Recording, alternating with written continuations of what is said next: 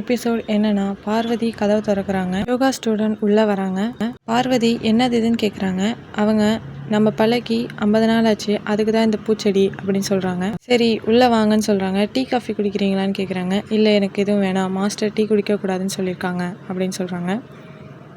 விஜயாவும் உள்ள வராங்க. இவங்க 2 பேர் பேசுகிறத பார்த்துட்டு முறைக்கிறாங்க. உள்ளவா விஜயா அப்படின்னு பார்வதி சொல்கிறாங்க. பார்வதி ஸ்டூடெண்ட் கிட்ட இப்போல்லாம் நீங்கள் சீக்கிரமாக வந்துடுறீங்க போலன்னு கேட்குறாங்க. சீக்கிரம் வர்றது நல்லதா மாஸ்டர் அப்படின்னு சொல்கிறாங்க ஸ்டூடெண்ட். சிந்தாமணியும் யோகா கிளாஸ்க்கு வராங்க. நேற்று நீங்கள் சொல்லிக் கொடுத்த எக்ஸசைஸ் நல்லா இருந்தது, எனக்கு நல்ல தூக்கம் வந்ததுன்னு சொல்கிறாங்க மாஸ்டர் கிட்ட. விஜயா நீங்கள் நல்லா தூங்குனீங்க, நான் நல்லா தூங்கலை, ஏன்னா எங்கள் வீட்டில் பாம்பு வந்துருச்சுன்னு சொல்கிறாங்க.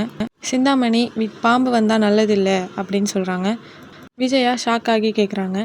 எங்கள் வீட்டில் இந்த மாதிரி கெட்டது நடந்திருக்கு அப்படின்னு நிறைய சொல்லியிருக்காங்க சிந்தாமணி. சிந்தாமணி பாம்பு வந்தால் கோவிலுக்கு போகணும்னு சொல்கிறாங்க. குலதெய்வ கோவிலுக்கு போயிட்டு வாங்கன்னு விஜயா கிட்ட சிந்தாமணி சொல்கிறாங்க. விஜயா வீட்டுக்கு வராங்க. வீட்டில் எல்லாரும் உட்காந்து பேசிகிட்டு இருக்காங்க. சிந்தாமணி வந்த விஷயத்த வீட்டில் எல்லாருக்கிட்டையும் சொல்கிறாங்க. இந்த மாதிரி பாம்பு வந்ததுனா வீட்டில் நல்லது நடக்காது தான், எல்லாரும் குலதெய்வ கோவிலுக்கு போயிட்டு வரணும்னு விஜயா எல்லாருக்கிட்டையும் சொல்கிறாங்க. அதுக்கு முத்துவோட அப்பாவும், அம்மா கிட்ட நான் இதை சொன்னேன், இதே தான் அம்மாவும் சொன்னாங்க, வாங்க எல்லாரும் குலதெய்வ கோவிலுக்கு போயிட்டு வரலாம், அப்படியே தீபாவளியை அங்கேயே கொண்டாடிட்டு வரலான்னு சொல்கிறாங்க. இல்லைப்பா நான் வரலன்னு சொல்கிறாங்க மனோஜ். ஏன்னு கேட்குறாங்க. தீபாவளி டைமில் நிறையா பிஸ்னஸ் ஓடும், இப்போ நான் எப்படி வரதுன்னு அப்பா கிட்ட கேட்குறாங்க மனோஜ். விஜயா நீ வா பார்த்துக்கலாம், அதெல்லாம் நல்லது நடக்கும்னு சொல்கிறாங்க.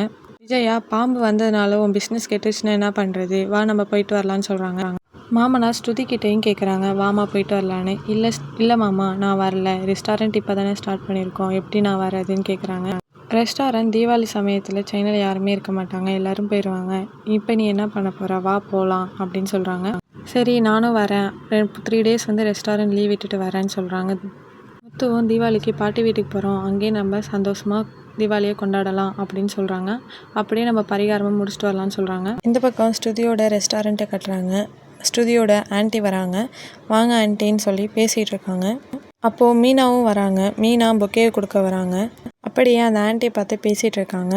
ஆன்ட்டியோட ஃப்ரெண்டை இன்ட்ரடியூஸ் பண்ணி வைக்கிறாங்க மீனா கிட்ட. ஆன்ட்டி அவங்களோட ஃப்ரெண்டு கிட்ட மீனா நல்ல பொண்ணு அப்படின்னு சொல்கிறாங்க. மீனா எல்லார் வீட்டுக்கும் போய் பூ கொடுத்துட்ருக்கா, நீ உன்னோட அப்பார்ட்மெண்ட்டில் இருக்க எல்லாருக்கும் இதை மாதிரி பண்ண முடியுமான்னு பாரு அப்படின்னு சொல்கிறாங்க ஆன்ட்டி. ஓகே நான் பார்க்குறேன்னு சொல்கிறாங்க ஃப்ரெண்டும். என்னோட அப்பார்ட்மெண்ட் ஃபுல்லி ஃபர்னிச்சர் அப்படின்னு சொல்கிறாங்க. வாங்குறவங்க எல்லாருக்குமே ஃபுல்லாக ஏசி, ஃப்ரிட்ஜ், வாஷிங் மிஷின் எல்லாமே எல்லாத்தோட தான் சேர்த்து கொடுப்போம்னு சொல்கிறாங்க. அப்போது மீனாவும் என்னோட வீட்டுக்காரோட அண்ணனும் இந்த வியாபாரம் தான் பண்ணிகிட்ருக்காங்கன்னு சொல்கிறாங்க. அவங்களும் இந்த பிஸ்னஸ் நல்லா பண்ணிகிட்ருக்காங்க, நீங்கள் அவங்கக்கிட்ட பார்க்கலாம் அப்படின்னு சொல்கிறாங்க. ஆன்ட்டியோட ஃப்ரெண்டும் இதாம்மா என் கார்டு, அவங்கள வந்து மீட் பண்ண சொல்லுங்கள், நான் பார்க்குறேன்னு சொல்கிறாங்க. அப்படியே ஸ்ருதி வந்து மீனாவை இவ்வளோ நல்லவங்களாக இருக்கக்கூடாது நீங்கள் அப்படின்னு சொல்கிறாங்க. இருக்கட்டும் ஸ்ருதி, நம்ம குடும்பம் தானே எல்லாரும் அப்படின்னு சொல்கிறாங்க மீனா. நான் இந்த விஷயத்த ரோகிணி கிட்ட சொல்கிறேன், அப்போ தான் ஏற்றுப்பாங்க, மனோஜ் கிட்ட சொன்னால் ஏற்றுக்க மாட்டாங்கன்னு சொல்கிறாங்க மீனா. அப்படியே ரோகிணியை கட்டுறாங்க. ரோகிணிக்கு ஸ்ருதியோட அம்மா கால் பண்ணுறாங்க, பணம் கேட்குறாங்க. நீயும் சீக்கிரமாக கொடுத்துட்றேன் ஆன்ட்டி, எனக்கு கொஞ்சம் டைம் கொடுங்கன்னு சொல்கிறாங்க. நீ தான் சொல்லிட்டு இருக்க அப்படின்னு ஸ்ருதியோட அம்மாவும் சொல்கிறாங்க. நான் ஃபோன் பண்ணாலும் நீ எடுக்க மாட்டேற, இனிமேல் நீ எடுக்கலை அப்படின்னா உன்னோட மாமனார் மாமியாருக்கு நான் கால் பண்ணி சொல்லிடுவேன்னு சொல்கிறாங்க.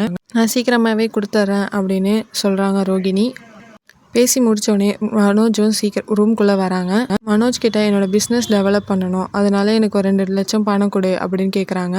மனோஜும் என்னால் 2 லட்சம் தர முடியாதுன்னு சொல்கிறாங்க. நீ வேணும்னா நம்மளோட பிரான்ச்சை எக்ஸ்டெண்ட் பண்ணுறதுக்கு ஒர்க் பண்ணு, நம்ம சேர்ந்து இன்னும் பிரான்ச்லாம் ஆரம்பிக்கலாம், நீ அதை பார்த்துக்கோ அப்படின்னு மனோஜ் வந்து ரோகிணி கிட்ட சொல்கிறாங்க. இதோட இந்த எபிசோட் முடியுது. நாளைக்கு என்ன நடந்துச்சு நம்ம நாளைக்கு பார்க்கலாம்.